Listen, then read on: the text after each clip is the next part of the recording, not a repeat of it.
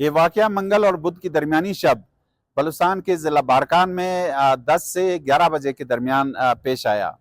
وہاں کے deputy commissioner وقار خورشید سے ہماری بات ہوئی۔ ان کا یہ کہنا تھا کہ ضلع کے علاقے رڑکن میں بلوچستان اور پنجاب کے درمیان ہائی وے پر مسلح افراد نے پہلے ایک مسافر بس پہ فائرنگ کی۔ جب یہ بس رکی تو ان میں سے بعض لوگ بس کے اندر داخل ہوئے اور شناخت کے بعد 7 مسافروں کو اتار دیا اور پھر اتارنے کے بعد فائرنگ کر کے ان کو ہلاک کیا۔ ان کا کہنا تھا کہ جو مسافر ہلاک کیے گئے ان کا تعلق پنجاب کے مختلف علاقوں سے تھا۔ بعد میں ان افراد کی لاشوں کو قریبی اسپتال منتقل کیا گیا اور آج صبح ان کو پنجاب کے مختلف علاقوں کو روانہ کر دیا گیا۔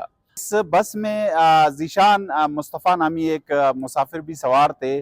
انہوں نے بتایا کہ مسلح افراد 10 سے 12 کے قریب تھے اور ان سب کے ہاتھوں میں کلاشنکوف تھے۔ اس بس میں 2 خواتین بھی سفر کر رہی تھیں۔ انہوں نے بتایا کہ ان کا بھائی ان کے ساتھ تھا اور وہ جو مسلح افراد تھے ان کے بھائی کو بھی وہاں سے اتار دیا اور پھر سب کو گولیاں مار کر ہلاک کیا گیا۔ دوسری جانب سرکاری حکام کا کہنا ہے کہ اگرچہ یہ واقعات پیش آ رہے ہیں تاہم جو حکومتی اقدامات ہیں ان کے نتیجے میں ماضی کے مقابلے میں ایسے واقعات کی تعداد میں کمی آئی ہے۔